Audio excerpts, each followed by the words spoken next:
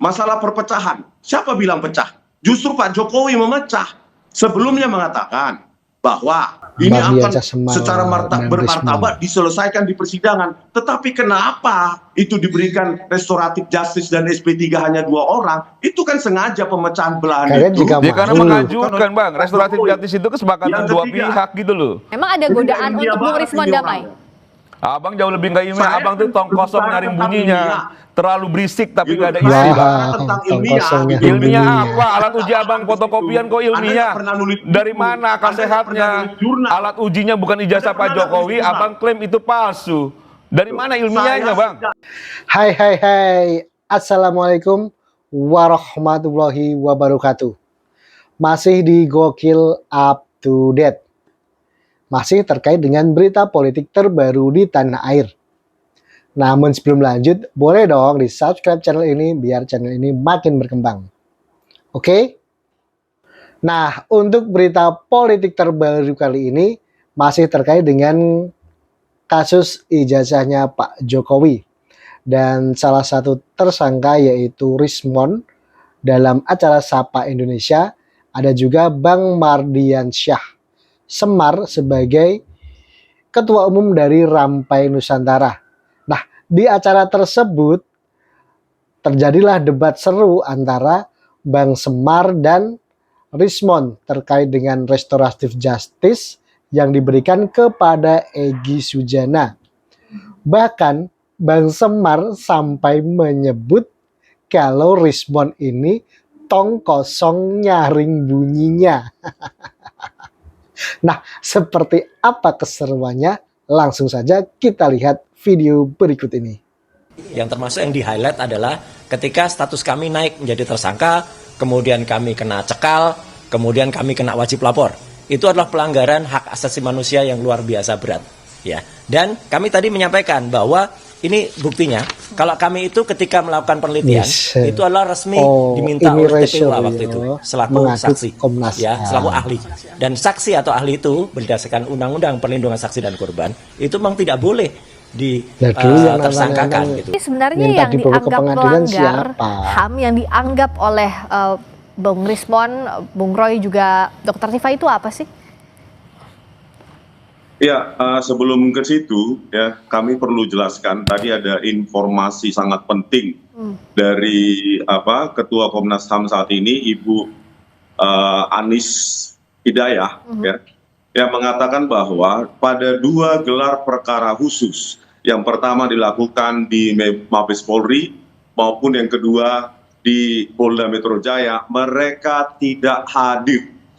Jadi keterlibatan mereka pada 2 gelar perkara khusus itu tidak ada sama sekali. Jadi mencatut ya baik Mabes Polri maupun Polda Metro Jaya itu mencatut sengaja nama Komnas HAM seolah-olah hak-hak asasi kami sebagai peneliti itu sudah terpenuhi pada 2 gelar perkara khusus tersebut. Yang kedua, apa yang kami laporkan adalah bagaimana relasi kuasa yang terjadi pada pertemuan sekarang merasa terzolimi Bang gitu Egy ya, Sujana pada 8 Januari di Solo, itu bisa Pak Jokowi sebagai pelapor memerintahkan kepolisian ya dalam hal ini di Reskrimum Polda Metro Jaya langsung ada di sana, yaitu Kombes Iman Imanuddin dan orang yang memeriksa kami yaitu Kepala Unit Kamnek 5 Ibtu Rosadi ada di sana. Langsung diperintah-perintah seperti itu. Terus di mana? Ini kan penyidikan ini sangat bias. Joko Widodo sebagai pelapor itu masih punya kendali penuh pada kepolisian. Inilah makanya kami ingin mengajukan ya bahwa ya hasil forensik Polri layak diragukan. Sangat layak diragukan karena relasi kuasa tersebut. Ya, pertama saya mau respon begini ya, kalau dianggap Pak Jokowi itu memiliki kendali terhadap kepolisian, mungkin Bang Rismon dan kawan-kawan nggak cuma belakangan ini jadi tersangka, dari awal juga sudah bisa jadi tersangka. Dan sekarang juga udah dilakukan penahanan ya. Karena memang kita lihat sejak awal kan on the track ya, kepolisian sudah cukup profesional dan proporsional dalam menangani perkara ini yang sudah menjadi perhatian publik.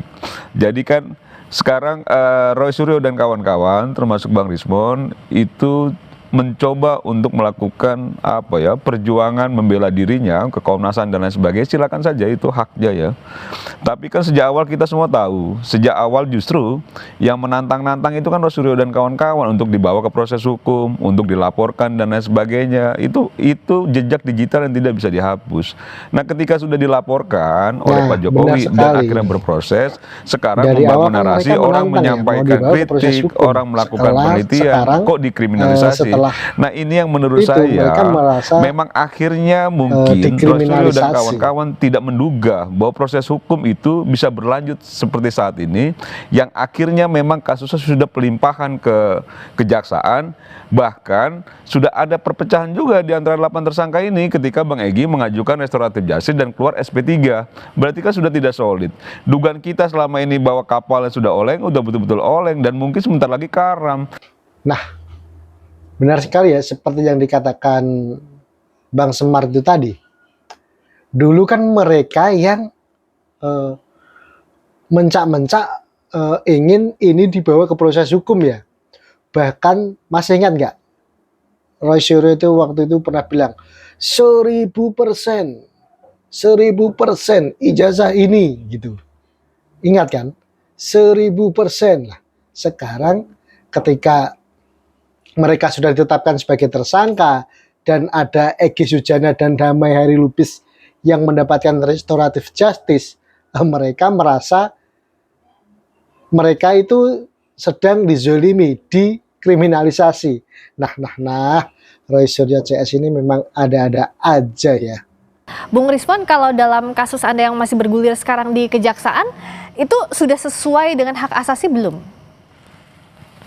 Iya, itu juga yang bagian dari yang kami laporkan tadi ke Komnas HAM, bahwa ya bagi kami pelimpahan berkas ke kejaksaan itu terlalu prematur. Ya, yang kedua, bagaimana mungkin ya itu langsung diberikan setelah itu hanya beberapa hari setelah Bang Egy Sujana itu mendapatkan restu untuk RJ dari Pak Joko Widodo. Ini kan sangat dekat, korelasi antar relasi kuasa itu kan sangat tercium di sini. Oke. Ya. Masalah perpecahan, siapa bilang pecah? Justru Pak Jokowi memecah.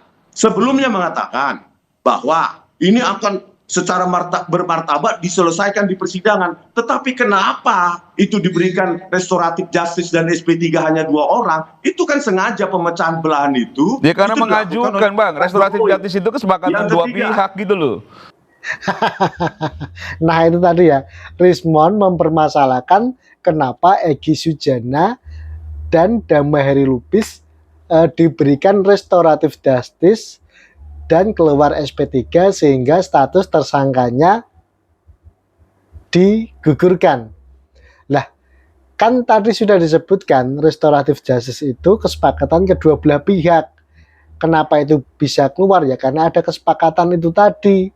Dan Bang Egy dan Damai Hari Lubis itu meminta restoratif justice. Lah, kalau Roy Suryo, Dr. Tifa dan Rismon mau restoratif justice, ya datanglah ke Solo, berembuk baik-baik. Walaupun mungkin kemungkinannya sangat kecil ya. Karena apa? Ya karena itu, karena memang ketiga orang ini itu yang paling vokal bersuara terkait dengan kasus ijazahnya Pak Jokowi ini. Oke. Yang ketiga, kenapa sekarang ya beberapa atau sejumlah yang relawan Jokowi atau pro Jokowi itu menggoda ya, secara verbal untuk kami melakukan hal yang sama. Nggak usah Bang, nggak usah Bang, Mereka di pengadilan aja, nggak usah tergoda Bang. Di pengadilan. Iyalah, nggak usah lah. Kita pengen juga ngeliat Abang ditahan sama Roy Suryo dan kalau kawan-kawan mau itu. restoratif Lanjutkan lu, justice Bung ya Rismon. Memang ada ajakan, Solo, memang ada ya, godaan benar, Bung kan? Rismon Damai. Abang nggak jauh lebih mau baik, ya Abang tuh udah. kosong nyari bunyinya. Terlalu berisik tapi nggak ada Ya, isi. kenapa? Tentang ilmiah gitu. Ilmiah Ada apa? Alat Egy uji dan Abang DHL fotokopian yang kok ilmiah. mendapatkan restoratif Dari mana justice. akal sehatnya? Alat ujinya bukan Kalian ijazah Pak langsung Jokowi, seperti Abang itu. klaim itu palsu. Dari mana ilmiahnya Saya Bang? sejak tahun 2002 Dari mana? Dari sudah uploadan menuliskan Abang jurnal ambil gitu loh. UGM. Tapi Anda Abang belum sudah pernah. berani melakukan statement Tapi Anda ke publik berani bahwa itu menilai palsu ilmiah dari mana? Oke. Rasionalitas kita keganggu dengan abang mengklaim penelitian Tadi sudah ilmiah. diberikan Dari mana kesempatan. itu? Oke, kalau dari Bung Kecuali Semar jasa Pak bilangnya- Jokowi jadi dasar abang Bung teliti. Semar bilang ini nggak Fotokopian ilmiah, tapi abang kalau dari Bung teliti. Rismon ini menganggap Bagaimana harus dibuktikan ceritanya karena ilmiah? batu ujinya ilmiah. Terakhir Bung Rismon, Tong kosong artinya nyari apakah bunyinya kalau ini. dari Cuma pihak berisik Anda? tapi nggak ada isi. Oke, Bung Semar, dari Bung Rismon, apakah tetap akan lanjut ke pengadilan? Pengadilan Siap saja? lah kalau berani. Ini siapa yang menuduh saya Tong tanpa kosong isi nyari ya? bunyinya. Iya. Anda pernah nulis jurnal? Marah kali itu Rismon. Nulis saya. Nah, karyamu apa?